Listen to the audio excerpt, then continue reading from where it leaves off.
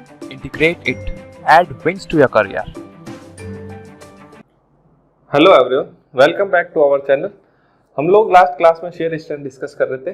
तो shear strength में हम लोगों ने मोर सर्कल देख लिया था कि मोर सर्कल कैसे बनता है। अब वो हमने बताया नहीं था कि मैंने बोला था कि सोम वाले लेक्चर से देख लेना। अब उसके बाद मोर सर्कल के कुछ हमने इक्वेशंस पढ़ ली थी। इक्वेशन पढ़ी थी एक हमने सिग्मा वन इक्वल टू क्या पढ़ी थी, sigma one equal to sigma three tan square alpha plus 2c tan alpha. Last equation हमने ये पढ़ी थी। इसको मैंने क्या बोला था कि ये अपने ट्राइएक्सियल में काम आएगा। सिग्मा वन होता है अपने major principal stress, sigma three minor principal stress, alpha is equal to होता है 45 प्लस 5/2। ये भी हमने देखा था, ठीक है। अब आगे देखते हैं हम लोग। अब 10 स्क्वायर अल्फा किसके बराबर आया था, 1 प्लस साइन 5 अपॉन में 1 माइनस साइन 5 के बराबर आया था। इसी को हम लोग क्या बोलते हैं, n5 भी बोलते हैं। इसको हम लोग n5 भी बोलते हैं। तो ये चीज आप लोग ध्यान रखना। ये सारे क्या इफेक्टिव स्ट्रेस पैरामीटर्स है, सिग्मा वन डैश, सारे के सारे पैरामीटर्स कैसे थे, इफेक्टिव पैरामीटर्स थे। ऐसा मोर सर्कल बना था, इसको हम लोगों ने बोला था मोर फेलियर एनवेलप। अब कुछ इंपॉर्टेंट पॉइंट्स ऐसे हैं कि जिन पे डायरेक्ट क्वेश्चंस आते हैं, इनकी कह सकते हैं वन लाइनर की फॉर्म में। सबसे पहले कि जो प्रिंसिपल प्लेन्स कौन से होते हैं, प्रिंसिपल प्लेन्स वो प्लेन्स होते हैं जहां पर शेयर स्ट्रेस, जिन पर शेयर स्ट्रेस क्या होती है, जीरो। प्रिंसिपल प्लेन्स पे शेयर स्ट्रेस क्या होती है, जीरो। तो फर्स्ट पॉइंट क्या हो गया, प्रिंसिपल प्लेन्स पे, प्रिंसिपल प्लेन्स कौन से होते हैं जहां पे शेयर स्ट्रेस क्या हो, शेयर स्ट्रेस इज जीरो। तो आता है कई बार कि प्रिंसिपल प्लेन पे शेयर स्ट्रेस कितनी होती है, तो वो होती है इज जीरो के बराबर, ठीक है। अब देखो, अब मैंने ये बताया था कि लास्ट ये जो पॉइंट है ये क्या है, फेलियर वाला पॉइंट है, यानी कि जहां से टेंजेंट टच कर रही है वो पॉइंट क्या होता है, फेलियर पॉइंट, या कह सकते हैं क्रिटिकल पॉइंट। अगर इससे ज्यादा, अब एक चीज देखो, कोई भी सॉइल जिसके ऊपर शेयर स्ट्रेस, अगर ये मोर सर्कल मान लो आपका ऐसा बन जाए कि वो इससे पार हो जाए, क्या हो जाए, इससे पार। मान लो मोर सर्कल ऐसा बन रहा है, एक मोर सर्कल ऐसा बन रहा है, एक मोर सर्कल आपका ऐसा अंदर से आ रहा है। तो देखो, अगर कोई भी सॉइल का शेयर स्ट्रेस बाहर जा रहा है मोर सर्कल से बाहर, इसका मतलब वहां पर कोई एग्जिस्टेंस है ही नहीं, उसका क्या नहीं है, कोई एग्जिस्टेंस है ही नहीं, ठीक है, कोई एग्जिस्टेंस नहीं है। और अगर अंदर है तो ये क्या होता है, स्टेबिलिटी का साइन है, स्टेबिलिटी को इंडिकेट करता है, इंडिकेट्स स्टेबिलिटी, यानी कि ये क्या है, सॉइल क्या है, स्टेबल है, यानी कि शेयर स्ट्रेंथ इसकी क्या है, ज्यादा। जो शेयर स्ट्रेस लग रहा है उससे वो उसकी जो शेयर स्ट्रेंथ है ज्यादा है। और अगर वो इससे पार हो गया तो वो क्या है, अनस्टेबल। ये अपन ने कल देख लिया था, और यहाँ पर अपन ने देख लिया था क्रिटिकल। अब हम लोग देखते हैं कि मैक्सिमम शेयर स्ट्रेस कितनी पॉसिबल है। अब देखो, मैक्सिमम शेयर स्ट्रेस किसके बराबर हो सकती है, अगर ढंग से देखा जाए तो ये मोर फेलियर एनवेलप, ये अपन ने देखा था कि इस डायरेक्शन में हमने क्या देखा था, वर्टिकल डायरेक्शन में अपना क्या है, वाई डायरेक्शन में अपना शेयर स्ट्रेस है। तो मैक्सिमम शेयर स्ट्रेस किसके बराबर हो सकती है, इसकी रेडियस। क्योंकि इस सर्कल के लिए सबसे बड़ी चीज कौन सी है भाई, इस सर्कल में सबसे मैक्सिमम डिस्टेंस कौन सी होगी, रेडियस के बराबर। तो मोर सर्कल में जो टाउ मैक्सिमम है, सेकेंड पॉइंट याद रखना है, टाउ मैक्सिमम किसके बराबर हो सकता है, रेडियस के बराबर। और रेडियस कितनी है, और रेडियस कितनी है अपन ने देखा था, sigma one dash minus sigma three dash by 2 देखा था। तो sigma one dash minus sigma three dash by 2। और अब देखो, जब टाउ मैक्सिमम है तब नॉर्मल स्ट्रेस कितना, नॉर्मल स्ट्रेस अपना इस पे आया था, नॉर्मल स्ट्रेस मान लो, अब ये टाउ डैश तो यहाँ है, तो नॉर्मल स्ट्रेस यहाँ तक होगा। तो नॉर्मल स्ट्रेस यानी कि सेंटर से दूरी कितनी थी, ओरिजिन की, वो अपन ने पढ़ा था shear stress sigma n dash, क्या पढ़ा था, sigma one plus sigma three by 2 at tau maximum. यानी कि जब टाउ मैक्सिमम है तब शेयर स्ट्रेस की वैल्यू, यानी कि नॉर्मल स्ट्रेस की जो वैल्यू है वो अपनी कितने, sigma one plus sigma three by 2 है, ठीक है। अब एक होता कॉन्जुगेट। कॉन्जुगेट क्या होता है कि जो प्रिंसिपल प्लेन्स के परपेंडिकुलर जो प्लेन्स होते हैं जिन पे भी शेयर स्ट्रेस जीरो होती है, उनको भी हम लोग क्या बोलते हैं, कॉन्जुगेट प्लेन्स। क्या होता है कॉन्जुगेट प्लेन्स, जो प्रिंसिपल प्लेन्स होते हैं उनके परपेंडिकुलर कुछ प्लेन्स होते हैं जिन पे शेयर स्ट्रेस जीरो होती है, उनको भी हम लोग क्या बोलते हैं, कॉन्जुगेट प्लेन्स बोलते हैं, ठीक है। अब एक और पॉइंट देखते हैं। अब पॉइंट वैसे तो मैंने बता दिया कि इसके ऊपर शेयर स्ट्रेस, अगर आप किसी भी सॉइल पे जो शेयर स्ट्रेस लगा रहे हैं, अगर वो उसकी शेयर स्ट्रेंथ से ज्यादा है, यानी कि इससे अबव आ रही, इट मींस वो एग्जिस्ट नहीं कर रहा, यानी कि कोई भी पॉइंट शेयर स्ट्रेस से, मतलब मोर फेलियर एनवेलप्स के ऊपर कोई भी सॉइल एग्जिस्ट नहीं करेगी, और उसके नीचे क्या शो करेगा, स्टेबिलिटी का साइन होगा, ठीक है। अब अगर मान लो ये जो स्ट्रेसेस है, कौन सा मेजर और माइनर प्रिंसिपल स्ट्रेसेस, अगर ये इक्वल हो जाए, ये क्या हो जाए, अगर इक्वल हो जाए, if sigma one dash equal to sigma three dash, sigma one dash equal to sigma three dash, तो मोर सर्कल कैसा बनेगा, then Mohr circle will be a point, Mohr circle will be point. अगर point होगा तो radius कुछ होगी नहीं उसकी, ठीक है। और अगर ये दोनों इक्वल एंड लाइक स्ट्रेसेस हो जाए, इक्वल एंड इसका मतलब है equal and like stresses, equal and like stresses, ठीक है। अगर वही आपने सूम में ये सब चीजें देखी है, अगर वो इक्वल एंड अनलाइक स्ट्रेसेस हो जाए, इनकी सिग्मा 1 इधर आ रहा है, सिग्मा 3 इधर आ रहा है, तब क्या होगा, ओरिजिन क्या होगा, जो सेंटर होगा, देन सेंटर जो हो जाएगा वो कहां पर आ जाएगा, एट ओरिजिन। कब, इक्वल एंड अनलाइक स्ट्रेसेस में, इक्वल एंड अनलाइक स्ट्रेसेस में, ठीक है। तो ये कुछ कॉमन पॉइंट्स थे, तो अपने इन पे पॉइंट्स पे क्या होता है, मोर सर्कल के इस पॉइंट्स पे डायरेक्ट क्वेश्चंस आते हैं, ठीक है। अब एक सबसे जरूरी बात, ये जो मोर सर्कल वाली, जो मोर फेलियर एनवेलप वाली लाइन है ना, ये कभी भी स्ट्रेट लाइन नहीं होती है, स्लाइटली कॉन्वेक्स होती है। स्लाइटली क्या होती है, convex, it is curved line. Mohr failure envelope जो है, Mohr failure envelope line is slightly curved, ठीक है। आपको ये चीज ध्यान में रखनी है, स्ट्रेट लाइन नहीं होती, कभी कभी आ जाता है, ये एक तरह से उसका क्या है, लिमिटेशन भी है। तो ये कुछ इंपॉर्टेंट पॉइंट्स से आपको ध्यान रखने थे। अब हम लोगों ने कल लास्ट क्लास में देख लिया था सारे चीज। अब हम लोग शियर स्ट्रेस टेस्ट पढ़ेंगे। हमने बात करी थी कि हम नेक्स्ट क्लास में क्या पढ़ेंगे, शियर स्ट्रेस टेस्ट। अब वो शियर स्ट्रेस टेस्ट पढ़ते हैं। अब तो शियर स्ट्रेस टेस्ट पढ़ने से पहले कुछ कंडीशंस पढ़ेंगे हम लोग। क्या पढ़ेंगे, कुछ कंडीशंस पढ़ेंगे, किन किन कंडीशंस में शियर स्ट्रेस के टेस्ट हो सकते हैं, ठीक है। किन किन कंडीशन में शियर स्ट्रेस के टेस्ट हो सकते हैं। तो दो कंडीशंस होती है ड्रेनेज के बेसिस पे, दो कंडीशंस होती है। शियर स्ट्रेंथ टेस्ट लिखते हैं, स्ट्रेंथ टेस्ट। अब वो टेस्ट कैसे हो सकते हैं, दो कंडीशन में, डिपेंड करता है ड्रेनेज कंडीशन पे। On the basis of drainage condition दो तरह के टेस्ट हो सकते हैं, ठीक है। पहला हो गया ड्रेन्ड टेस्ट, ठीक है। पहले अनड्रेन्ड पढ़ लेते हैं। अनड्रेन्ड टेस्ट मतलब एक बार तो पानी जाएगा, एक बार नहीं जाएगा। तो सबसे पहले हम लोग देखें अनड्रेन्ड टेस्ट। अब अनड्रेन्ड टेस्ट, इसके अलावा स्टेज जो होते हैं शियर स्ट्रेंथ टेस्ट के, दो स्टेज भी होते हैं। एक होता है कन्फाइनिंग स्टेज, कन्फाइनिंग स्टेज, और दूसरा होता है शेयरिंग स्टेज, दूसरा होता है शेयरिंग स्टेज।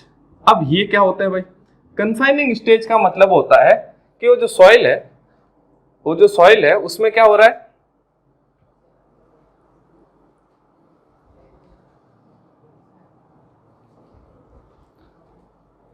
कन्फाइनिंग स्टेज का मतलब होता है जो सॉइल है उसका सैंपल प्रिपेयर कर रहे हैं, यानी कि सैंपल प्रिपरेशन हो रहा है, सैंपल बना रहे हैं, सैंपल प्रिपरेशन, ठीक है, प्रिपेयर कर रहे हैं।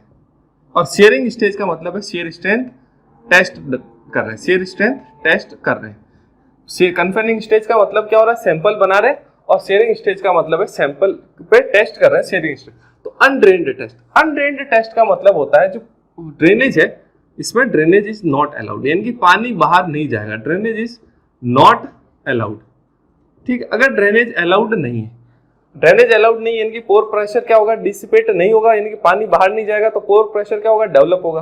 अब वो पोर प्रेशर डेवलप होगा, या तो हम लोग उसको मेजर कर सकते हैं या मेजर नहीं कर सकते। अगर मेजर कर सकते हैं तो क्या हो जाएगा, ठीक है। तो अनड्रेन्ड टेस्ट में क्या होता है, ड्रेनेज इज नॉट अलाउड। अगर ड्रेनेज अलाउड नहीं है तो जो स्ट्रेंथ होगी वो किसकी वजह से मिलेगी, पोर वाटर एंड सॉलिड्स की वजह से। पोर वाटर एंड सॉलिड्स क्या होगा, कंट्रीब्यूट करेंगे किसमें, स्ट्रेंथ में, कंट्रीब्यूट टू स्ट्रेंथ। अब शेयर स्ट्रेंथ क्या होता है, tau is equal to C plus sigma tan phi, C plus sigma tan phi आ जाएगा, ठीक है। अब सी क्या होगा, सी जो होगा सी यू हो जाएगा, अनड्रेन्ड कोहेशन। सी क्या हो जाएगा, सी यू अनड्रेन्ड कोहेशन, यानी कि जब पानी नहीं जा रहा है तो सी भी क्या हो जाएगा, चेंज हो जाएगा।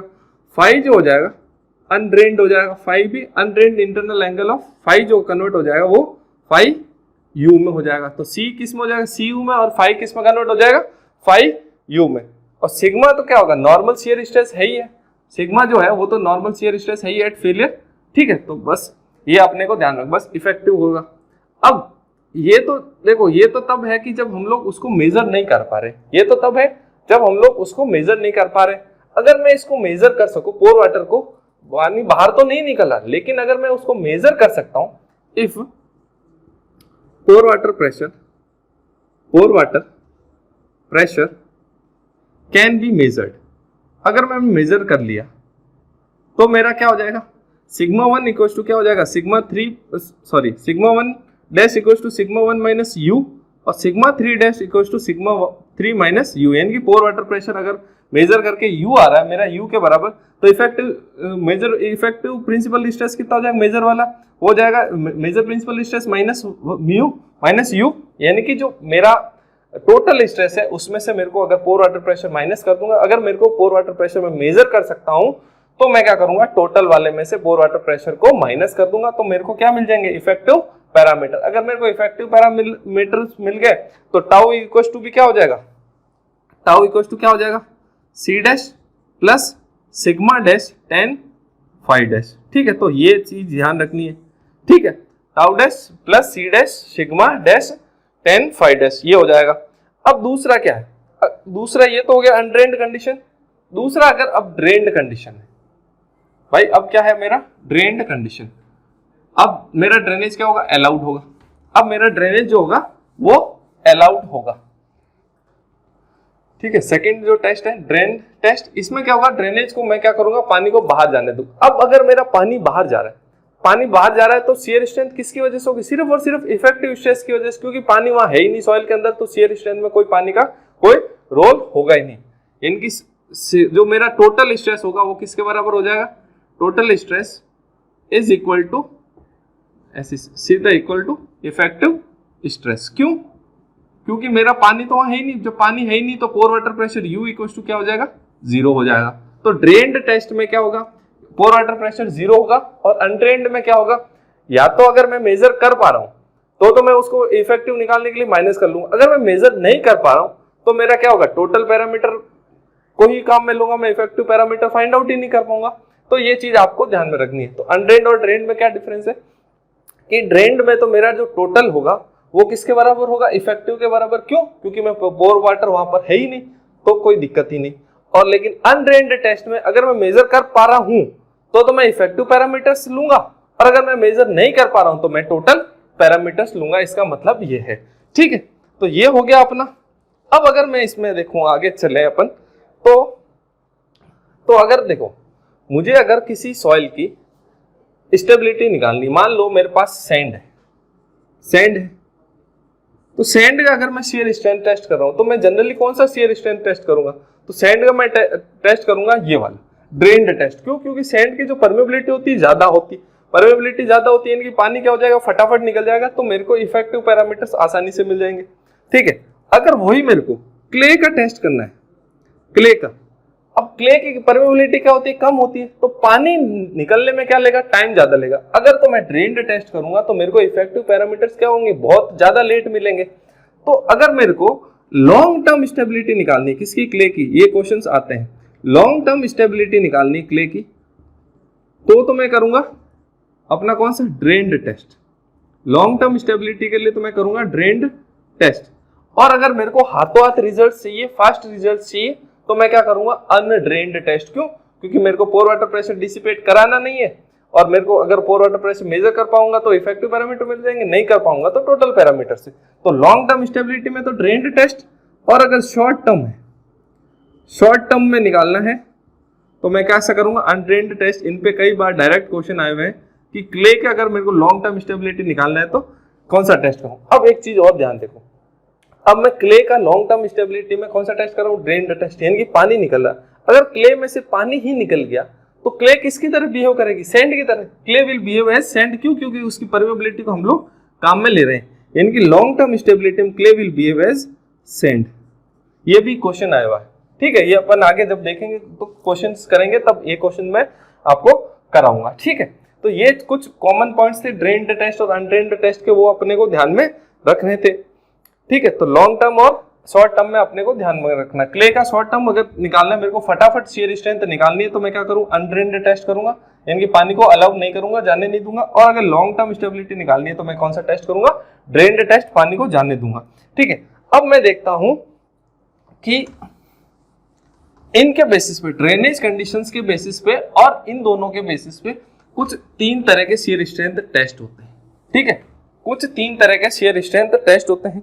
वो कौन कौन से टेस्ट होते हैं, ठीक है, वो कौन कौन से टेस्ट होते हैं तो देखते हैं। सबसे पहला जो मेरा टेस्ट होता है वो होता है यूयू टेस्ट, यानी कि अनकंसोलिडेटेड अनड्रेन्ड। ठीक है, ये पहले आएगा अनकंसोलिडेटेड। ठीक है, क्योंकि कन्फाइनिंग वाला पहले आएगा। Unconsolidated undrained test. देखो अब ये इंपॉर्टेंट है, इसको बोलते हैं यूयू टेस्ट। ये कौन सा होता है, यूयू टेस्ट। अब इसका मतलब देखो, ना तो मैं अनकंसोलिडेटेड, अब कोई चीज कंसोलिडेट कब होगी, कंसोलिडेशन में हमने पढ़ा कि जो कोई सॉइल है उसमें कंसोलिडेशन हो रहा है, यानी कि पानी बाहर निकल रहा है। लेकिन मैं क्या कर रहा हूं, अनकंसोलिडेट है, यानी कि पानी बाहर नहीं निकल रहा। अगर पानी बाहर नहीं निकल रहा, इसका मतलब सॉइल के इस कंडीशन में अनड्रेन्ड टेस्ट, यानी कि ये जो होगा ये क्या हो रहा है, अनड्रेन्ड हो रहा है, यानी कि कन्फाइनिंग स्टेज। देखो ये जो 2 चीज लिखा है, इसका मतलब कन्फाइनिंग स्टेज है, इसका मतलब क्या है, शेयरिंग स्टेज, पहला और दूसरा स्टेज है। तो शेयर स्ट्रेंथ के यूयू टेस्ट में मैं ना तो पहले स्टेज में पानी बाहर जाने दे रहा हूं, ना दूसरे स्टेज में, यानी कि कन्फाइनिंग स्टेज हो चाहे मेरा शेयरिंग स्टेज हो, दोनों स्टेज में मेरा पानी बाहर नहीं निकलेगा, यानी कि कंप्लीटली अनड्रेन्ड टेस्ट। कैसा है, कंप्लीटली, मैं इसको कह सकता हूं कंप्लीटली अनड्रेन्ड टेस्ट। ठीक है भाई, अगर कंप्लीटली अनड्रेन्ड टेस्ट है तो अब मेरी जो शियर स्ट्रेंथ होगी किसकी वजह से होगी, पोर वाटर एंड किसकी वजह से होगी, सॉइल सॉलिड्स, दोनों की वजह से होगी। भाई जब पानी वहां पे पड़ा ही है, पानी वहां रहेगा तो शियर स्ट्रेंथ में भी कंट्रीब्यूशन होगा ही होगा उसका। तो इन दोनों की वजह से मेरे सॉइल सॉलिड्स, तो टोटल पैरामीटर अब किसके बराबर है, अगर अब देखो, अब मैं यहाँ पे अगर पानी पड़ा है तो पानी की वजह से मैं जो पोर वाटर प्रेशर डेवलप हो रहा है उसको मैं 2 कंडीशन देख सकता हूं, या तो मैं इसको मेजर कर सकता हूं, या तो मेजर कैन बी मेजर्ड या फिर कैन नॉट बी मेजर्ड। भाई या तो मेरे पास अगर इंस्ट्रूमेंट है तो मैं क्या कर लूंगा, मेजर कर लूंगा, अगर इंस्ट्रूमेंट नहीं है तो मैं मेजर नहीं कर पाऊंगा। अगर कैन बी मेजर्ड, तो अभी हमने देखा अगर मैं पोर वाटर प्रेशर मेजर कर पाऊंगा तो मेरा सिग्मा 1 डैश किसके बराबर हो जाएगा, सिग्मा 1 माइनस यू, और सिग्मा 3 डैश किसके बराबर हो जाएगा, सिग्मा 3 माइनस यू, यानी कि इफेक्टिव पैरामीटर्स निकालूंगा। अगर मैं पोर वाटर प्रेशर मेजर कर पाऊंगा तो मैं क्या निकालूंगा, इफेक्टिव पैरामीटर। और अगर मैं पोर वाटर प्रेशर मेजर नहीं कर पाऊंगा तो मेरे को टोटल पैरामीटर सी काम में लेने पड़ेंगे, यानी कि सिग्मा 1 और सिग्मा 3, क्योंकि मैं पोर वाटर प्रेशर फाइंड आउट नहीं कर पा रहा हूं तो इफेक्टिव स्ट्रेस भी फाइंड आउट नहीं कर पाऊंगा। ठीक है, तो ये आपको ध्यान में रखना है। तो यूयू टेस्ट में हम लोग क्या करते हैं, कंप्लीटली अनड्रेन्ड टेस्ट होता है, यानी कि ना तो फर्स्ट स्टेज यानी कि कन्फाइनिंग स्टेज में, ना सेकंड स्टेज शेयरिंग स्टेज में पानी जाता है। तो अगर दोनों स्टेज में पानी नहीं जा रहा है तो यानी कि जो शेयर स्ट्रेंथ होगी उसमें कंट्रीब्यूशन किसका होगा, पोर वाटर का भी होगा और सॉइल सॉलिड्स का। अब ये जो पोर वाटर है उसकी वजह से पोर वाटर प्रेशर डेवलप होगा। पोर वाटर प्रेशर डेवलप होगा तो या तो मैं उसको मेजर कर सकता हूं या मैं नहीं कर सकता। अगर मैं मेजर कर सकता हूं तो मैं क्या करूंगा, effective stress parameter, effective stress निकाल लूंगा। और अगर मैं पोर वाटर प्रेशर को मेजर नहीं कर पाऊंगा तो मैं क्या करूंगा, जो शेयर स्ट्रेंथ होगी वो किसकी वजह से होगी, टोटल पैरामीटर्स की वजह से हो जाएगी। अब देखो इस टेस्ट को क्या, अब पानी बाहर नहीं जा रहा, इसके दोनों ही कंडीशन में पानी बाहर नहीं जा रहा, यानी कि मेरे को परमेबिलिटी का कोई रोल ही नहीं। अब जो सॉइल होगी उस पर फटाफट टेस्ट किया जा सकता है, क्योंकि एक्चुअली जो सॉइल है उसमें पानी बाहर निकलने में टाइम लेता है, चाहे कोई सी भी हो, चाहे सैंड हो, सिल्ट हो, क्ले हो या ग्रेवल हो। ठीक है, हो सकता है किसी में कम टाइम लो, किसी में ज्यादा, लेकिन पानी बाहर निकलने में टाइम तो लेगा। ये अपन ने कंसोलिडेशन में देखा था। अब इसमें पानी का कोई रोल ही नहीं, बाहर जा ही नहीं रहा, तो ये क्या हो जाएगा, क्विक टेस्ट। इसको मैं क्या बोलता हूं, क्विक टेस्ट। क्यों, क्योंकि इसमें पानी बाहर जा नहीं रहा और जो रिजल्ट आएगा वो 5 to 7 मिनट्स में आ जाएगा। तो पानी बाहर जाने में समय बर्बाद कर ही नहीं रहे, पानी को जाने देना ही नहीं, सब तरफ से क्या करेंगे, क्लोज रखेंगे। तो इसको मैं बोलता हूं क्विक टेस्ट। ठीक है, और इसका ऑपोजिट भी पॉसिबल है, यानी कि यूयू बार भी पॉसिबल है। बस ये आपको ध्यान में रखना है। यूयू बार का मतलब हो गया कि इफेक्टिव स्ट्रेस पैरामीटर्स वाला टेस्ट भी पॉसिबल है। अब आगे देखो, सेकंड जो है, अब ये हो गया। अब सेकंड टेस्ट कैसा हो जाएगा, कंसोलिडेटेड अनड्रेन्ड टेस्ट। कैसा हो जाएगा? कंसोलिडेटेड अनड्रेन्ड टेस्ट, यानी कि फर्स्ट स्टेज में तो पानी मेरा जाएगा, लेकिन सेकंड स्टेज में मेरा पानी पार नहीं हो रहा। कंसोलिडेटेड अनड्रेन्ड टेस्ट, इसको मैं बोलता हूं CU टेस्ट। ठीक है, अब इसमें एक स्टेज में पानी बाहर जा रहा है, दूसरे में नहीं जा रहा, यानी कि उससे थोड़ा धीमे, लेकिन इतना धीमे भी नहीं, क्योंकि देखो थोड़ा तो धीमे, तो इसको मैं बोलता हूं रैपिड टेस्ट। वो था मेरा क्विक, इसको मैं बोलता हूं रैपिड टेस्ट। यानी कि पहला स्टेज कौन सा होता है? सैंपल प्रिपरेशन, यानी कि कन्फाइनिंग स्टेज। कन्फाइनिंग स्टेज में तो पानी बाहर जाएगा, लेकिन मेरा जो ड्रेनेज जो सीयरिंग स्टेज है उसमें पानी बाहर नहीं जाएगा। तो अगर पानी बाहर नहीं जाएगा, तो अगर मेरे को ऐसा कोई कंडीशन है जिसमें मेरे को ये निकालने इफेक्टिव स्ट्रेस पैरामीटर, तो पहला कंडीशन कन्फाइनिंग स्टेज वाला जो कंडीशन है उसमें तो पानी है ही नहीं, तो वहां पर तो मेरे सारे पैरामीटर्स कैसे होंगे? Effective parameters. और इसमें मैं या तो निकाल सकता हूं या नहीं निकाल सकता, वही या तो मेजर कर सकता हूं या नहीं मेजर कर सकता, बस इतना आपको ध्यान में रखना है। ठीक है, और ये किसके लिए हो जाएगा? तो इसका ऑपोजिट पूछ लेते हैं, तो CU bar is also possible, यानी कि पोर वाटर प्रेशर मेजर कर सकता हूं या नहीं कर सकता, बस ये चीज है। अब ये टेस्ट जो है कहां पर काम में लिया जाएगा? ये टेस्ट कहां पर काम में लिया जाएगा? ऐसे कौन सी कंडीशन है आप सोच के देखो, जहां पर जब लोड लग रहा है, यानी कि सैंपल जब बन रहा है, तब तो पानी जा रहा है, लेकिन बाद में उसमें से पानी नहीं जा रहा, तो ऐसा कंडीशन एक्चुअली अराइव होती है अपने जो डैम्स होते हैं, सॉइल से जो डैम्स बनते हैं, यानी कि अर्दन डैम्स। अर्दन डैम्स में ऐसी कंडीशन आती है। तो अर्दन डैम्स की अगर स्टेबिलिटी पढ़नी है, तो मेरे को वहां पे कौन सा टेस्ट करना है? ये CU टेस्ट करना है। CU टेस्ट करना है मेरे को अर्दन डैम में। क्यों? क्योंकि वहां पर मेरे को क्या होता है कि सडन ड्रॉ डाउन की कंडीशन आ जाती है, कभी कभी क्या होता है, सडन ड्रॉ डाउन हो जाता है, तो वहां पर मेरे को इसको पढ़ना है। तो जब भी सडन ड्रॉ डाउन वर्ड आ जाए या अर्दन डैम आ जाए, तो वहां पर मेरे को कौन सा टेस्ट करना है? ऐसी सॉइल के लिए मेरे को कौन सा टेस्ट करना है? CU टेस्ट करना है, जिसके फर्स्ट स्टेज में तो पानी बाहर जा रहा होता है, सेकंड स्टेज में नहीं जा रहा होता, इसको बोलते हैं रैपिड टेस्ट। अब तीसरा टेस्ट जो आता है, वो आता है मेरा कंसोलिडेटेड ड्रेन्ड टेस्ट। कंसोलिडेटेड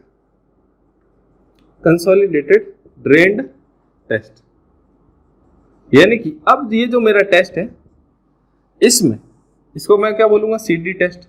और ये क्या हो रहा है? Slow test. क्यों? क्योंकि इसमें देखो मेरा फर्स्ट स्टेज जो कंसोलिडेशन वाला है, यानी कि कन्फाइनिंग वाला, कंसोलिडेट हो रही है सॉइल, यानी कि पानी बाहर जा रहा है। दूसरे में तो सीयरिंग स्टेज में लिख ही दिया ड्रेन्ड टेस्ट, यानी कि दोनों ही कंडीशन में मेरा पानी बाहर जा रहा है, यानी कि pore water pressure will not develop. तो हम लोग कह सकते हैं pore water pressure will not develop, क्योंकि पोर वाटर प्रेशर का तो यहाँ खेल होगा ही नहीं। यानी कि अब जो इफेक्टिव स्ट्रेस है वही टोटल स्ट्रेस के बराबर है, तो sigma 1 equal to sigma 1 dash, यानी कि भाई पानी है ही नहीं, तो टोटल की टोटल लोड कौन ले रहा है? इफेक्टिव सॉइल सॉलिड्स, यानी कि उसको हम लोग क्या बोलेंगे? Effective stress parameter. अब पानी जाएगा, कोई भी सॉइल है, अगर उसमें से पानी निकल रहा है तो टाइम तो लेगा, इसलिए टाइम ज्यादा लगेगा, इसलिए इसको क्या बोलेंगे? Slow test. तो जैसे मैंने अभी आपको बताया था कि क्ले का अगर मेरे को लॉन्ग टर्म स्टेबिलिटी निकालना है, यानी कि पानी निकालना है, तो लॉन्ग टर्म में तो पानी निकल जाएगा, तो लॉन्ग टर्म स्टेबिलिटी इसमें भी पानी निकल रहा है, तो मैं कौन सा टेस्ट करूंगा? अपना ये CD टेस्ट करूंगा। किसके लिए? क्ले में लॉन्ग टर्म स्टेबिलिटी के लिए मैं कौन सा टेस्ट करूंगा? CD test. और अगर मेरे को क्ले में शॉर्ट टर्म स्टेबिलिटी निकालना है, यानी कि स्ट्रक्चर बनाते ही उस पर क्या असर होएगा सॉइल का, तो अगर उसके लिए तो मेरे को क्या निकालना? अनड्रेन्ड टेस्ट, क्योंकि शॉर्ट टर्म में पानी तो निकलेगा नहीं क्ले में, क्योंकि क्ले की परमेबिलिटी बहुत कम होती है, टाइम लगता है पानी निकलने में, इसलिए जैसे ही शॉर्ट टर्म का नाम आ जाए मेरे दिमाग में आना चाहिए UU टेस्ट, और जैसे लॉन्ग टर्म स्टेबिलिटी आ जाए मेरे दिमाग में क्या आना चाहिए? CD test. तो ये आपको ध्यान में रखना है, ठीक है। और अब देखो क्ले में तो हो ही गया लॉन्ग टर्म स्टेबिलिटी, और सैंड के लिए कौन सा टेस्ट होगा? सैंड के लिए भी यही होगा, क्योंकि सैंड की तो परमेबिलिटी कम होती है, तो उसमें हम लोग पानी क्यों रोके? मतलब सॉरी, ज्यादा होती है परमेबिलिटी, तो पानी रोकने का कोई मतलब नहीं, थोड़ी देर में पानी वैसी एक्चुअल कंडीशन में तो पानी निकलना ही है, तो इसलिए हम लोग क्या करते हैं? टेस्ट कंडीशन में भी उसमें पानी को ड्रेनेज अलाउ करते हैं। तो सैंड के लिए भी ये हो गया, and long term stability of clay, long term stability of clay. इसलिए मैंने बोला था कि अगर सॉइल में से क्ले में अगर मैं ये ड्रेन्ड टेस्ट कर रहा हूं, तो उसको मैं एज अ सैंड मान रहा हूं, क्योंकि पानी तो दोनों में ही बाहर जा रहा है, तो उसको सैंड की तरह बिहेव करने लग जाएगा, ठीक है। तो ये हो गया अपना।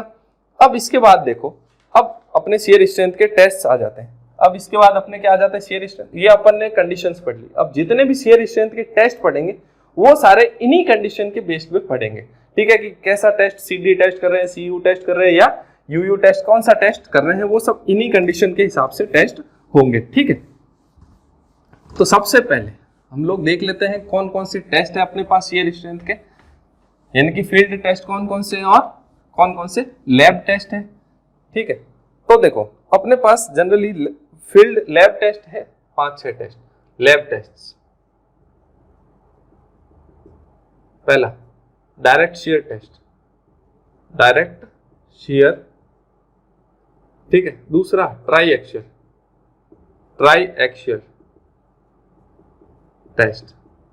तीसरा जो है unconfined compressive strength test, unconfined compression test.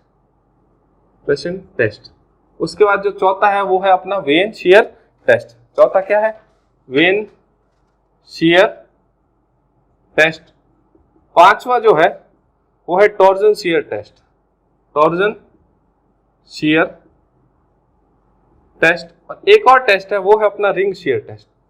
वो क्या है? Ring shear test. ये 5-6 टेस्ट है, ये अपने लैब टेस्ट है, ठीक है। अगर मेरे को फील्ड टेस्ट देखने, फील्ड टेस्ट में एक तो ये जो वेन शियर टेस्ट है, ये वाला चौथे नंबर वाला ये है, ये दोनों जगह हो सकता है, लैब में भी और फील्ड में भी हो सकता है। उसके बाद SPT होता है, SPT यानी कि स्टैंडर्ड पेनिट्रेशन टेस्ट।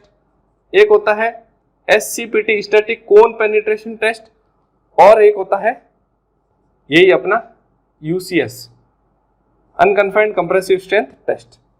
देखो डायरेक्ट शियर टेस्ट, अब इसमें क्या होता है ये, अब एक बार मैं देख लेता हूँ कौन सी की क्या सूटेबिलिटी डायरेक्ट बता देता हूँ। उसके बाद जब हम लोग टेस्ट पढ़ेंगे तब अपने काम का। अब जनरली यहाँ पर हम लोग ये पहले के 4 टेस्ट पढ़ेंगे, ये दोनों टेस्ट अपने काम के नहीं है क्योंकि हाई रिसर्च वगैरह में काम आते हैं, अपने यहाँ पर नहीं पढ़ने, ठीक है। और ये जो टेस्ट है ये भी पढ़ेंगे, SPT और ये सारे, ये तो यहाँ पे भी हो जाएगा। ये जो 2 टेस्ट है ये हम लोग पढ़ेंगे आगे अपने फुटिंग वाले में, यानी कि फाउंडेशन बेयरिंग कैपेसिटी में जाके पढ़ेंगे, यहाँ पर नहीं पढ़ेंगे। तो अभी हम लोग कुल मिला के ये 4 टेस्ट पढ़ेंगे डायरेक्ट ये शियर स्ट्रेंथ वाले चैप्टर में। तो जो डायरेक्ट शियर टेस्ट है ये जनरली किसके लिए होता है? सैंडी सॉइल्स के लिए। किसके लिए होता है? सैंडी सॉइल्स के लिए। बस अभी एक बार आप नाम ध्यान रख लो, क्योंकि कभी कभी डायरेक्ट क्वेश्चन आ जाता है सैंडी सॉइल्स के लिए कौन सा टेस्ट करते हैं, तो डायरेक्ट शियर टेस्ट। फिर आता है triaxial test. Triaxial test हम लोग ऑल टाइप ऑफ सॉइल्स के लिए कर सकते हैं, ऑल टाइप ऑफ सॉइल्स के लिए कर सकते हैं। फिर आता है UCS टेस्ट, ये सॉइल होता है क्ले सॉइल के लिए, क्ले सॉइल के लिए। और वेन शियर टेस्ट जो होता है सेंसिटिव क्ले और फिशर्ड क्ले के लिए कर सकते हैं, फिशर्ड क्ले के लिए कर सकते हैं, ठीक है। अब ये ऐसा क्यों? ये तो जब हम लोग ये टेस्ट पढ़ेंगे तभी हम लोग इनको डिटेल में कर लेंगे, ठीक है। तो सबसे पहले अब हम लोग बात करते हैं अपना डायरेक्ट शियर टेस्ट को हम लोग स्टडी करते हैं, ठीक है। बाकी मैं रफ कर देता हूं, नाम आप लोगों ने लिख लिए होंगे या स्क्रीनशॉट ले लिया होगा।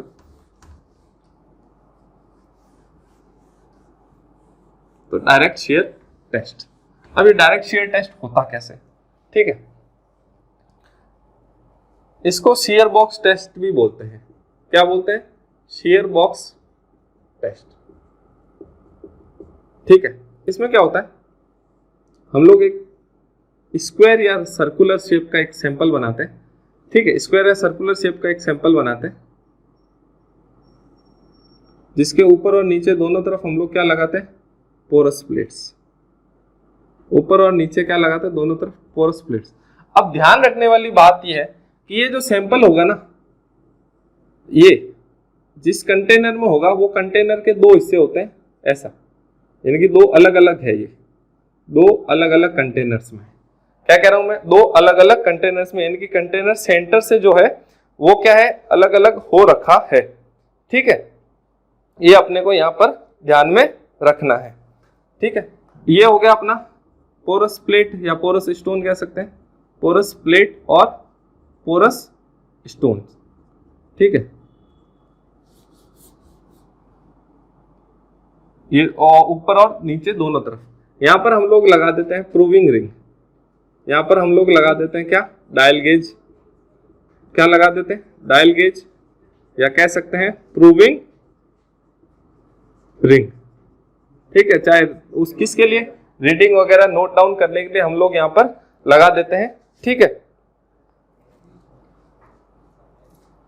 अब देखो, अब हम लोगों ने ऊपर और नीचे दोनों तरफ पोरस प्लेट्स या पोरस स्टोन लगाया, इट मींस ये क्या होगा, टॉप एंड बॉटम दोनों तरफ से क्या होगा, परमेबल। तो sample is permeable, sample is permeable from top and bottom. हमने कंसोलिडेशन वाले में भी देखा था, क्या देखा था कि जो सॉइल थी उसमें हम लोगों ने दोनों तरफ ऊपर और नीचे पोरस स्टोन लगाए थे। अब ये जो पोरस स्टोन लगाते हैं ना, इस पोरस स्टोन की जो परमेबिलिटी होती है इस सॉइल से क्या होती है, ज्यादा होती। अब ज्यादा क्यों रखते हैं, ताकि एक बार अगर पानी यहां से पास हो जाए, एक बार अगर पानी यहां से पास हो जाए तो पानी आगे यहां पर रुकना नहीं चाहिए, यानी कि ड्रेनेज जो है इसमें हम लोग क्या करते हैं, अलाउड करते हैं। तो drainage is allowed, drainage is allowed, इसका मतलब क्या हो गया, ये ड्रेन्ड टेस्ट है। इसका मतलब ये क्या है, ड्रेन्ड टेस्ट, दोनों ही कंडीशन में ड्रेन्ड टेस्ट है ये, ठीक है। फर्स्ट और सेकंड दोनों ही कंडीशन में क्या, ड्रेन्ड टेस्ट। अब ड्रेन्ड टेस्ट है तो हमने क्या पढ़ा था, ड्रेन्ड टेस्ट हम लोग किसके लिए पढ़ते हैं, सैंडी सॉइल्स के लिए। इसीलिए हमने कहा कि ये जो सॉइल है, ये जो टेस्ट है वो किसके लिए एप्लीकेबल है, सैंडी सॉइल्स के लिए। इनकी दोनों ही कंडीशन में एप्लीकेबल, दोनों ही कंडीशन में ड्रेनेज अलाउड होता है, यानी कि इसके जो टोटल पैरामीटर होगा वही क्या होगा, इफेक्टिव पैरामीटर के बराबर होगा, ठीक है। अब ये साइड्स क्या होती है, साइड्स जो होती है इसकी, साइड्स आर इम्परमेबल, यानी पानी जो निकलेगा वो सिर्फ और सिर्फ कहां से निकलेगा, टॉप और बॉटम से। अब हमने क्या लगाया, मान लो कोई लोड लगाया यहाँ पे, अब लोड लगाया, अब लोड यहाँ तो लगाएंगे नहीं, यहाँ लगाएंगे तो शेयर होगा नहीं, तो हम लोग क्या करते हैं, ये दोनों अलग अलग कंटेनर, ये अलग कंटेनर हम लोग कह सकते हैं। जैसे मैं क्या बता रहा हूं आपको, जैसे मेरे पास ये देखो ये दोनों मार्कर है, मार्कर के ढक्कन है। तो ये जो सैंपल है ना ऐसे सर्कुलर होगा, और ये दोनों मार्कर के ढक्कन क्या होंगे, आपस में ऐसे चिपके हुए ऊपर नीचे, ये जो से है ये ऐसे है। अब ये दोनों ऐसे हैं, तो अगर मैं क्या करूंगा, ऊपर से तो लोड लगाऊंगा नहीं, मैं क्या लगाऊंगा, साइड से लोड लगाऊंगा। अब मैं जैसे ही साइड से लोड लगाऊंगा तो ये क्या करेगा, यहां से ऐसे मूवमेंट होगा, ऊपर वाला और नीचे वाला जो पोर्शन है वो दोनों एक दूसरे के रेस्पेक्ट में क्या होगा, मूवमेंट होंगे। दोनों का एक दूसरे के रेस्पेक्ट में क्या होगा, मूवमेंट होगा। दोनों का एक दूसरे के रेस्पेक्ट में क्या होगा, मूवमेंट होगा। यहां से लोड लगाऊंगा, अब ये नीचे वाला तो क्या होता है, फिक्स होता है। अब नीचे वाला जब फिक्स होगा तो ऊपर वाला क्या करेगा, जैसे मान लो मैंने नीचे वाले को फिक्स रख दिया तो मूवमेंट किसका होगा, ऊपर वाला आगे खिसकेगा, तो भाई ऊपर वाला आगे जा रहा है। यानी कि क्या हो रहा है, अब अंदर तो सॉइल पूरी एक थी, एक ध्यान रखो, इसमें क्या करा मैंने, पहले सॉइल भरी और इनको आपस में ऐसे सॉइल चिपका दिया, ठीक है। तो अंदर तो सॉइल एक की थी, लेकिन अब क्या है कि इस कंटेनर में के साथ साथ ये सॉइल भी मूवमेंट होगा, यानी कि इसके अंदर जो सॉइल भरी हुई ये भी पूरा का पूरा मूवमेंट होगा, यानी कि यहाँ पर क्या होगा, शेयर आएगा दोनों के बीच में, जहां पर दोनों कंटेनर आपस में चिपक रहे हैं वहां पर क्या होगा, शेयर होगा। तो ये जो शेयर हो रहा है वो कहां हो रहा है, प्री डिटरमिन्ड प्लेन पे, प्री डिटरमिन्ड प्लेन पे। क्यों प्री डिटरमिन्ड प्लेन में क्यों कह रहा हूं, क्योंकि मुझे पता है जैसे ही मैं इन दोनों प्लेट में से जो एक फिक्स है और दूसरे वाले पे शेयर फोर्स लगाऊंगा तो दोनों हमेशा, प्लेट तो ऐसा तो है नहीं कि प्लेट बीच में से टूट जाएगी, प्लेट तो टूटेगी नहीं क्योंकि वो तो स्टील या आयरन की है, तो प्लेट तो टूटेगी नहीं, तो पूरा सॉइल जो होगा पूरा एक साथ मूवमेंट करेगा, एक साथ मूवमेंट करेगा, यानी कि जो फिक्स है दोनों जहां से आपस में चिपकी हुई है दोनों प्लेट्स वहीं से टूटेगी सॉइल। तो इसलिए जो प्लेन होता है, फेलियर प्लेन जो होता है वो क्या होता है, प्री डिटरमिन्ड। तो इसको लिख देता हूं मैं, फेलियर प्लेन जो है मेरा प्री डिटरमिन्ड। अब आपके दिमाग में आ रहा होगा कि ये जो सैंपल है ये कैसा होता है, ये जनरली स्क्वायर शेप में होता है या सर्कुलर शेप में। जनरली इसकी जो डायमेंशन होता है 60 इंटू 50 mm क्यूब के हिसाब से होता है। जनरली जो डायमेंशन होता है 60 इंटू 60 mm, यानी कि स्क्वायर होगा तो 60 mm लेंथ हो गई, 60 mm इसकी विड्थ हो गई, दोनों साइड्स बराबर, और हाइट जो है वो 50 mm, यानी कि एक जो है वो 25 mm और दूसरा भी क्या होगा 25 mm के होंगे। तो अब जैसे ही देखो ये क्या है कि एक्चुअली मैं अगर इस पे फोर्स लगाऊंगा तो प्लेट तो मेरी बीच में से टूटने से रही, प्लेट टूटेगी नहीं बीच में से, तो क्या होगा, सॉइल पूरी की पूरी एक साथ मूवमेंट होगा। यानी कि ये जो अलग कहां से होंगे, जहां से आपस में जुड़े हुए होंगे वहीं से अलग होगा, जहां पर इन दोनों के बीच में जॉइंट होगा वहीं से दोनों अलग होंगे। अब आपके दिमाग में आ रहा होगा कि सर ये तो सॉइल दोनों अलग अलग ही थी, सॉइल पहले अलग अलग थी, पहले अलग अलग नहीं थी, अब अलग अलग हुई है, लेकिन हाँ बीच में जॉइंट तो प्लेट्स के बीच में, सॉइल के बीच में नहीं है। हमने सैंपल बनाया, उसके बाद ऊपर और नीचे से उसको कवर करा, पहले कवर नहीं करा। तो इसका मतलब ये जो पॉइंट्स, ये जो है ये पहले ऐसा नहीं था, पहले ऐसा था, ठीक है, पहले ऐसा था, बस ये तो हमने ऐसे बताने के लिए कि दोनों प्लेट्स हैं। अब क्या होगा, अब ये इस प्लेन के अलोंग टूटेगा, जैसे ही अलग होगा ये सॉइल क्या हो जाएगी, दोनों इस प्लेन के अलोंग अलग हो जाएगी। और ये मुझे पहले से ही पता था क्या, कि सॉइल जो होगी इसी प्लेन के अलोंग अलग होगी। क्यों? क्योंकि भाई शेयर स्ट्रेंथ ऑफ इस प्लेट की क्या है, वो ज्यादा है एज कंपेरिजन टू सॉइल, तो फिक्स हो गया, ठीक है। तो इसी कारण अब एक तो इसमें कोई ड्रेनेज मेजर करने का, पोर वाटर प्रेशर मेजर करने का कोई इक्विपमेंट नहीं होता, नो पोर प्रेशर मेजरमेंट मैं कर ही नहीं सकता इसमें, no pore pressure. Direct shear test में ऐसा कोई इक्विपमेंट नहीं होता कि कोई पोर वाटर प्रेशर में मेजर कर सकूं, तो मेजरमेंट का कोई अपने तरीका ही नहीं है, जितना बाहर चला गया। तो मेरा टोटल पैरामीटर ही मेरा क्या हो जाएगा, इफेक्टिव स्ट्रेस पैरामीटर, ये बता दिया। टॉप और साइड से क्या होता है, पानी निकलेगा, और ठीक है। अब मैं क्या करूंगा, कोई मान लो फोर्स जो लगाया, मैंने फोर्स लगाया, एफ फोर्स लगाया, तो इफेक्टिव तो मेरा स्ट्रेस क्या हो जाएगा, नॉर्मल स्ट्रेस क्या हो जाएगा, sigma n equal to F upon force पर यूनिट एरिया। तो मैंने ये फोर्स लगाया, उसके साथ मेरा क्या आया कि स्ट्रेस कैसा आ जाएगा, फोर्स पर यूनिट एरिया। अब अगर मेरे को शियर स्ट्रेस निकालना है, टाउ इक्वल टू, ये जो प्रूविंग रिंग है ना, प्रूविंग रिंग का जो कांस्टेंट है वो है के, प्रूविंग रिंग का कांस्टेंट जो है के है, प्रूविंग रिंग कांस्टेंट जो है वो क्या है, मेरा के है, और इसकी यूनिट होती है मेरे माइक्रो पर, ठीक है, माइक्रो न्यूटन। क्या होती है, माइक्रो न्यूटन। अब मेरे को टाउ क्या होगा, टाउ शियर स्ट्रेस क्या हो जाएगा, के एन बाय ए। एन क्या है, अब भाई प्रूविंग रिंग का कांस्टेंट एन है, तो के है, तो एन क्या हो जाएगा मेरा, नंबर ऑफ क्या कहते हैं, नंबर ऑफ रीडिंग, यानी कि जैसे मान लो ये अभी याद नहीं आ रहा, जैसे 1 2 3 4, मान लो ये 4 आया, 4 तक मूव हुआ है, तो ये क्या हो जाएगा, इसको क्या बोल, अब नहीं याद आ रहा, तो ये समझ लो। तो 4 जितना मूवमेंट करेगा वो है n, नंबर ऑफ डिविजन्स, हाँ नंबर ऑफ डिविजन्स, ये हो जाएगा मेरा n, और a क्या हो गया, वही एरिया। तो टाउ इक्वल टू क्या आ जाएगा, के एन अपॉन में a। तो ये हो गया मेरा शियर स्ट्रेस और फोर्स, ये आ गया मेरे पास, ठीक है। तो प्रूविंग रिंग हो गया, कांस्टेंट हो गया, ये टाउ आ गया। तो अब मेरे पास सिग्मा और टाउ है, मेरे पास सिग्मा और टाउ है, तो मेरे को ग्राफ बनाने में क्या तकलीफ है, सिग्मा और टाउ के बीच में मैं ग्राफ बना सकता हूँ। इधर आएगा मेरा इधर आया मेरा ये सिग्मा यानी कि नॉर्मल वाला, और इधर आ गया मेरे पास टाउ, ठीक है। तो मैं मेरे पास कोई वैल्यू है, तो मान लो शुरुआत में सिग्मा 1 और टाउ 1, तो सिग्मा 1 और टाउ 1 मान लो ये पॉइंट आया कोई, फिर मेरे पास आया सिग्मा 2 और टाउ 2, फिर आया सिग्मा 2 और टाउ 2 यहाँ पे, फिर मैं मतलब सिग्मा 2 क्यों बोल रहा हूँ कि मैंने अब किसी और फोर्स पे, मैं अलग अलग फोर्स पे रीडिंग लूंगा, एक बार में लूंगा नहीं, तो मैंने 3 अलग अलग रीडिंग्स ले ली मान लो, ठीक है। तो अब फिर इनको मैं आपस में मिलाऊंगा, तो ये कैसा आएगा, ऐसा कुछ स्ट्रेट लाइन आएगी, ठीक है, ये कुछ ऐसा मेरे पास आएगा। तो टाउ 3, टाउ 2, टाउ 1, सिग्मा 2 और ये सिग्मा 3, अब मेरे पास ये आ गया। तो टाउ इज इक्वल टू क्या होता है, c plus sigma tan phi, c plus sigma tan phi. अब मेरे को ये, अब मेरे पास कितनी इक्वेशंस हो गई, मेरे पास जैसे टाउ की ये इक्वेशन है, तो एक बार टाउ 1 की आ गई, एक बार टाउ 2 की आ गई। जब टाउ 1 लिखूंगा तो यहाँ पे सिग्मा 1 हो जाएगा, टाउ 2 लिखूंगा तो यहाँ पे सिग्मा 2 हो जाएगा, जब टाउ 3 लिखूंगा यहाँ सिग्मा 3।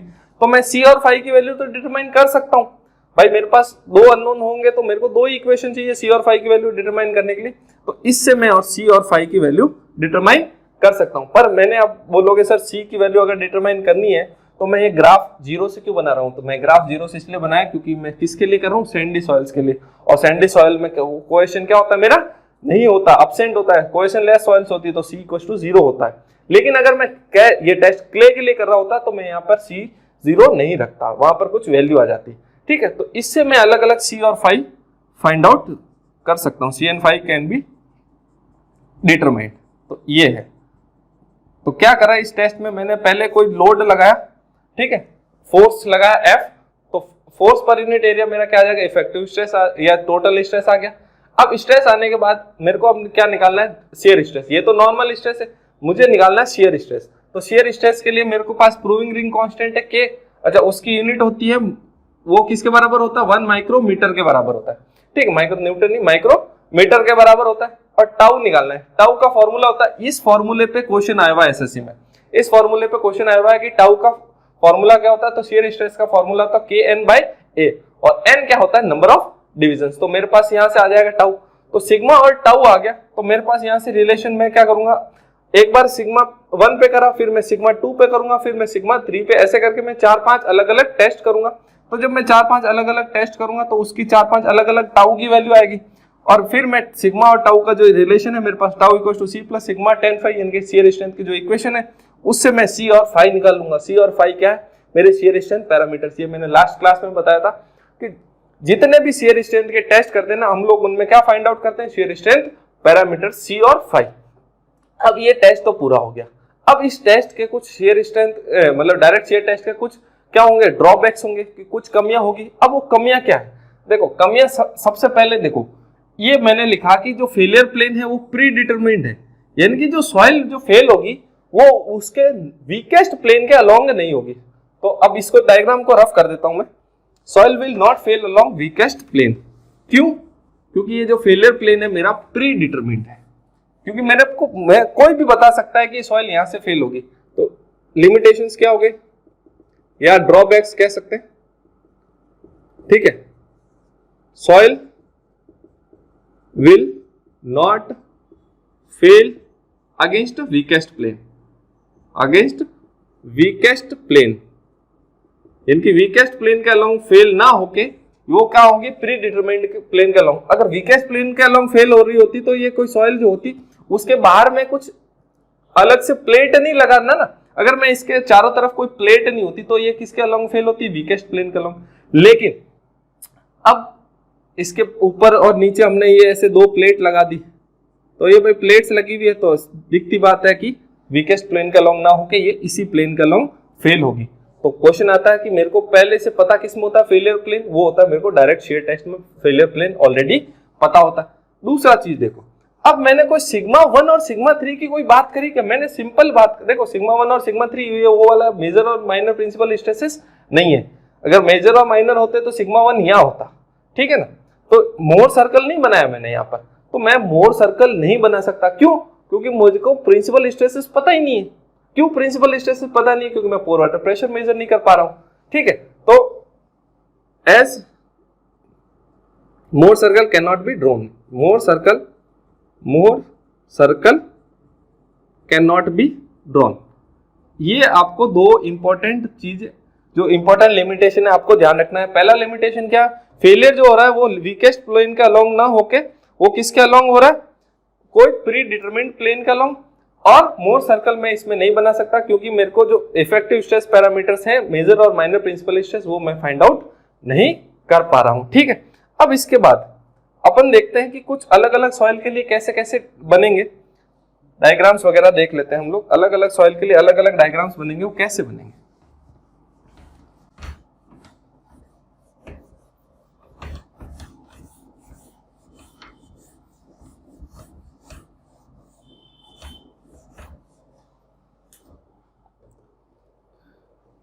अगर देखो,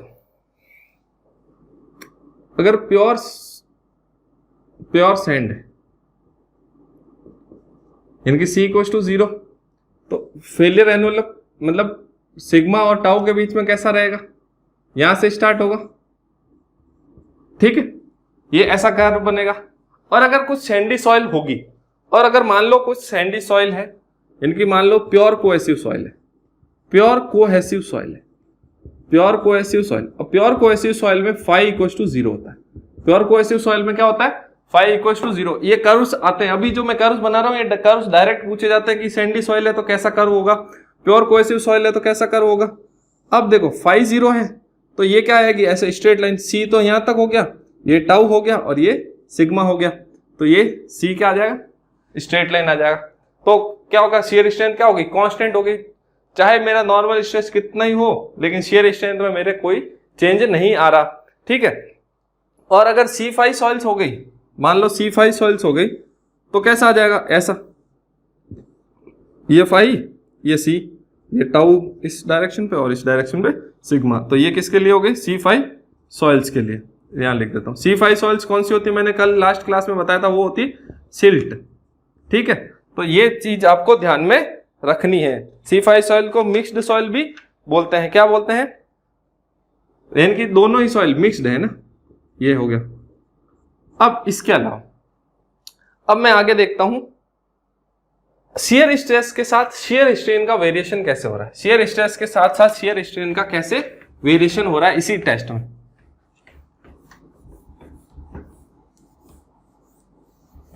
शियर स्ट्रेस के साथ साथ शियर स्ट्रेन का कैसे वेरिएशन हो रहा है। इधर तो आएगा एप्सिलॉन और इधर आ गया अपना टाउ। अब मान लो कोई सॉइल है, उसका मान लो ऐसे आ रहा है, मान लो ये एक डेंस सैंड है, ठीक है। अब क्या है, क्या कह रहा हूं मैं, जैसे जैसे मैं शियर स्ट्रेस ज्यादा लगाऊंगा, जैसे जैसे मैं शियर स्ट्रेस ज्यादा लगाऊंगा मेरा क्या होगा, डिफॉर्मेशन आएगा, यानी कि ये स्ट्रेन है और ये स्ट्रेस है। जैसे जैसे मैं अपने क्या कह रहा हूं, स्ट्रेस बढ़ाता जा रहा हूं, वैसे वैसे डिफॉर्मेशन क्या होगा, बढ़ता जाएगा बढ़ता जाएगा बढ़ता जाएगा। एक टाइम ऐसा आएगा वो मैक्सिमम पे पहुंच जाएगा, उसके बाद वो क्या हो जाएगा, डिक्रीज हो जाएगा, उसके बाद वो बिखरने के बाद अपने को कोई लेना देना नहीं, ठीक है। डिफॉर्मेशन होने का मतलब क्या है कि सॉइल जो पहले है उसका मान लो कुछ वॉइड रेशियो अलग है। अब एक बार मैं कोई भी सॉइल पे लोड लगाऊंगा, पहले तो दबेगी, दबने के बाद जब दब रहा है तो उसमें क्या हो रहा है, वॉइड रेशियो वगैरह कम हो रहा है, ठीक है। फिर एकदम वो क्या हो गया, टूट जाएगी एकदम, फिर क्या हो गई, वो टूट गई, ठीक है। तो ये हो गया। अब अगर मेरे को ये तो मान लो डेंस सैंड थी, अब डेंस सैंड में क्या होगा कि पीक जो आएगा जल्दी आएगा। अब अगर वही सॉइल क्या होगी, लूज सैंड होगी, लूज सैंड में क्या होगा, धीमे धीमे कम चेंज होगा, कम चेंज होगा, तो पीक जो है ऐसे आएगा, ठीक है। इसका पीक आया यहां पर, इसका पीक आया लूज सैंड का यहां पर। क्यों, क्योंकि लूज सैंड में वॉइड रेशियो बहुत कम है तो उसको दबने में समय लेगा, धीमे धीमे ज्यादा दबेगा। लेकिन जो पीक है, पीक वो दोनों सॉइल का क्या आएगा, सेम आएगा। यानी कि जो फेलियर होएगा, अल्टीमेट जो फेलियर हो रहा है, यानी कि वो क्या हो रहा है, सेम। इसको मैं पीक को क्या कह सकता हूं, अल्टीमेट स्ट्रेस, अल्टीमेट स्ट्रेस। अब इसका मतलब क्या कि फेलियर तो दोनों एक ही जगह पर होगी। क्यों, क्योंकि डेंस सैंड में मान लो वॉइड रेशियो शुरुआत में कम है तो उसको और कम करा, लेकिन फिर एकदम टूट गया। इसमें वॉइड रेशियो पहले से क्या था, ज्यादा था, ज्यादा से फोर्स लगाया, कम होता गया कम होता गया। एक कंडीशन ऐसे आ गई कि अब इससे ज्यादा तो ये दब नहीं सकती, तो फिर टूटेगी। और इसमें भी तो यही था कि अब दब नहीं सकती मैक्सिमम, इससे ज्यादा तो तब टूटेगी।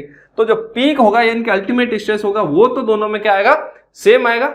लेकिन जो, ठीक है, आप अल्टीमेट स्ट्रेस लिख दो, इसको पीक को रहने दो, पीक आप फिर कंफ्यूज हो जाओगे। तो ये आएगा, जो अल्टीमेट स्ट्रेस होगी वो दोनों में क्या होगी, सेम आएगी, ठीक है।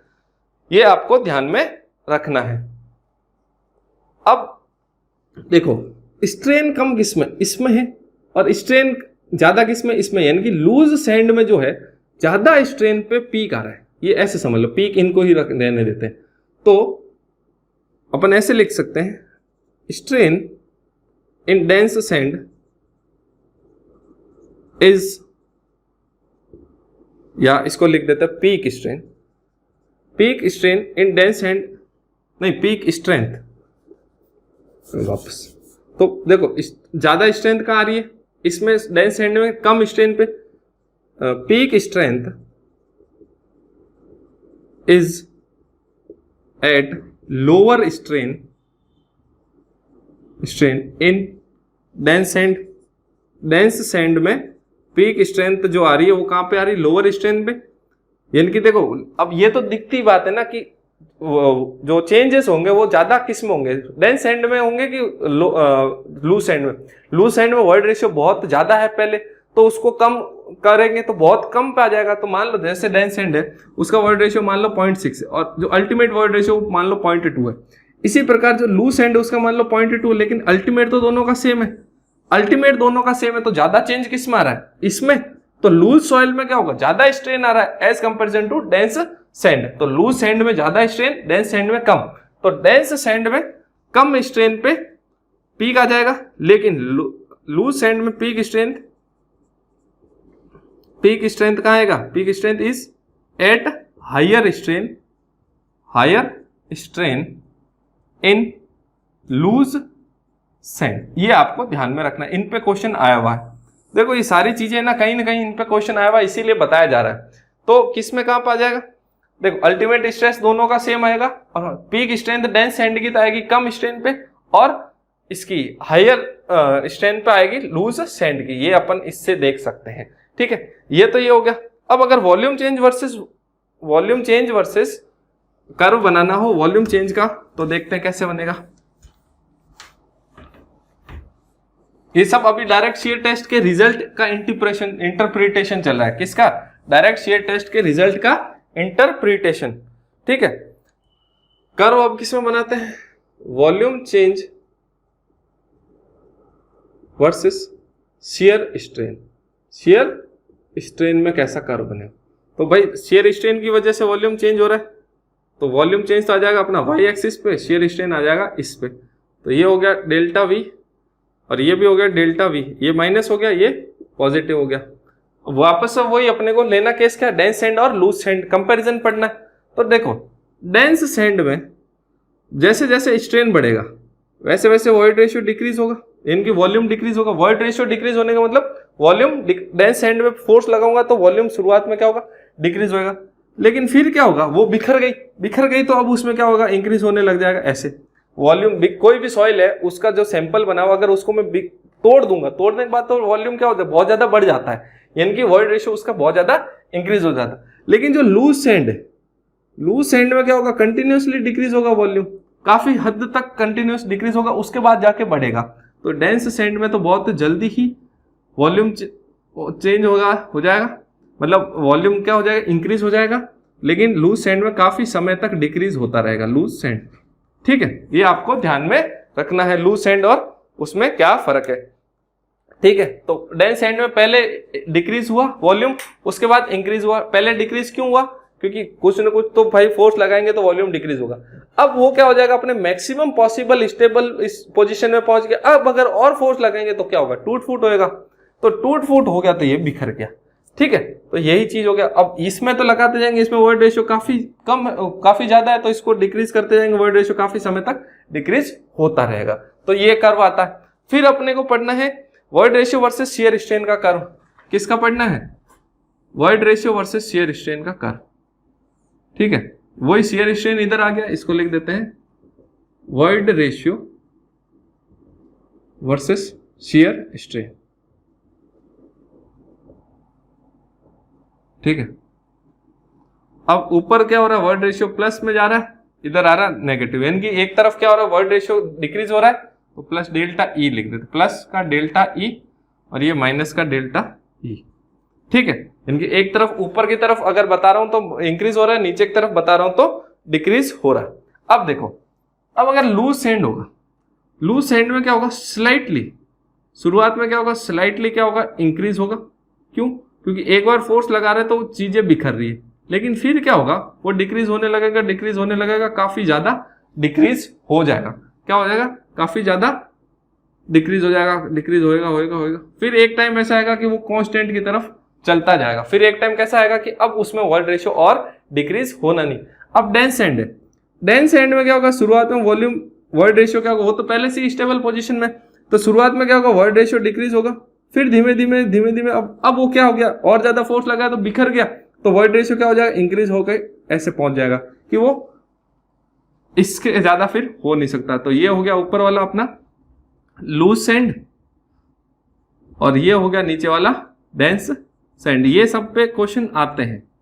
देखो मैं क्या बता रहा हूं कि लूज सैंड में क्या होगा? शुरुआत में पार्टिकल दूर दूर थे, तो थोड़ा सा लगाएंगे फोर्स तो क्या होंगे? बिखरेंगे। पहले बिखरेंगे, उसके बाद क्या होगा कि सब पास में आने लगेंगे। ये तो ऐसे समझ लो कि ग्राउंड में जैसे पीटी सर आए, पहले तो लड़के भाग गए इधर उधर, फिर क्या होगा? एक डिसिप्लिन में आ गया, मतलब कि वॉल्यूम डिक्रीज हो रहा है, वॉइड रेशियो डिक्रीज हो रहा है। लेकिन अगर डेंस सैंड होगा, अब डेंस सैंड में क्या है कि पहले तो वही वॉइड रेशियो डिक्रीज होगा, लेकिन अब और ज्यादा फोर्स लगाए तो अब तो बिखरेंगे। अब क्या होगा, बहुत ज्यादा फोर्स लगाया तो पूरे बिखर गए, तो ये डेंस सैंड में ऐसे वॉल्यूम इंक्रीज हो जाएगा। तो इसी को मैं क्या बोलता हूं, ये जो बीच वाली लाइन है ना, इसी को मैं बोलता हूं क्रिटिकल वॉइड रेशियो, ECR। यानी कि क्रिटिकल वॉइड रेशियो क्या होगा, वो वॉइड रेशियो जहां पर शियर स्ट्रेन का कोई फर्क, यानी कि वो वॉइड रेशियो जो कभी चेंज होगा ही नहीं, भले शियर स्ट्रेन कुछ भी आ जाए। क्रिटिकल वॉइड रेशियो का मतलब क्या है कि मैं स्ट्रेन में कुछ भी चेंज करूं, मेरा वॉइड रेशियो में कोई चेंज नहीं हो रहा। इसको क्या लिख सकते हैं, ECR क्या हो गया, क्या रिप्रेजेंट करता है, represents no change in void ratio, no change in void ratio due to change या इंक्रीज इन स्ट्रेन में इंक्रीज, मतलब शियर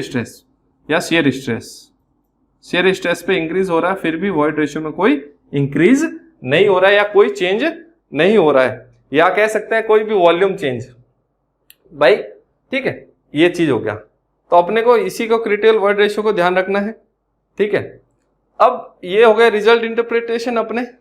अब इसके बाद लास्ट चीज बचती है कि देखो, इस पे भी बता देता हूं,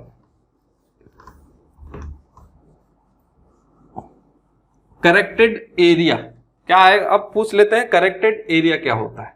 करेक्टेड एरिया यानी कि जब अपन ने देखा था सिग्मा इक्वल टू अपन ने F/A करा, tau is equal to KN/A करा, तो क्या हर बार एरिया A ही रहेगा क्या? वो तो धीमे धीमे शेयर हो रहा है, टूट रहा है, तो हर बार क्या एरिया सेम रहेगा? हर बार एरिया सेम थोड़ी रहेगा, एरिया तो चेंज होता रहेगा। कैसे?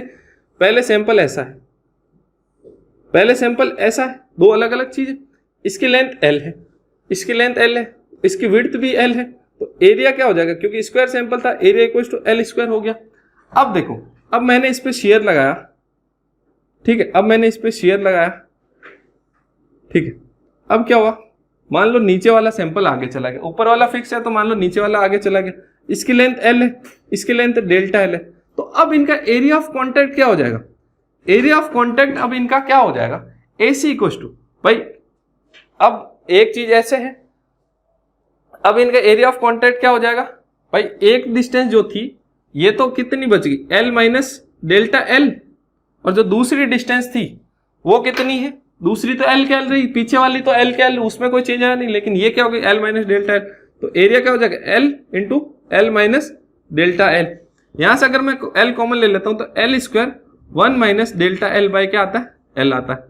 तो L स्क्वायर क्या है? A नॉट नाम दे देते initial, AC equal to A naught into 1 minus, अब चेंज इन लेंथ अपॉन में ओरिजिनल लेंथ क्या होता है? स्ट्रेन, तो ये क्या हो जाएगा? Corrected area equal to original area into 1 minus strain. अब देखो, ये एक में से कुछ चीज माइनस हो रही है, इसका मतलब करेक्टेड एरिया क्या आएगा? हमेशा ओरिजिनल एरिया से कम आएगा। AC will always be less than A not. देखो कैसे आया, 1 में से मैं कुछ चीज माइनस कर रहा हूं तो ये कुछ पॉइंट्स में वैल्यू आएगी, 0.99 भी आ गई, तब भी क्या होगा? AC क्या हो गया? A नॉट से हमेशा क्या आएगा? कम आएगा। तो corrected area in direct shear test is always less than original area. तो हमने रिजल्ट इंटरप्रिटेशन देख लिया, इनके ग्राफ्स देख लिए, वॉइड रेशियो के साथ देख लिया, वॉल्यूम चेंज के साथ देख लिया, शियर स्ट्रेस के साथ देख लिया, मोर्स इसके लिमिटेशन देख लिए, कौन सी सॉइल के लिए एप्लीकेबल। तो डायरेक्ट शियर टेस्ट तो अपना यहाँ पर कंप्लीट हो गया। नेक्स्ट लेक्चर में हम लोग क्या पढ़ेंगे? ट्राई एक्सियल टेस्ट, और जो कि सबसे इंपॉर्टेंट है, सबसे फेवरेट है, सब जगह पे ट्राई एक्सियल पे ही क्वेश्चन आता है। मैक्सिमम जो क्वेश्चंस आते हैं आपके ट्राई एक्सियल से आते हैं, और सबसे जो डिफिकल्ट है आपका ट्राई एक्सियल है, और इंपॉर्टेंट भी है, ठीक है। तो नेक्स्ट क्लास में हम लोग ट्राई एक्सियल टेस्ट पढ़ेंगे, तब तक के लिए thank you. Thank you for watching the video. Please like, share and subscribe the channel Integrated.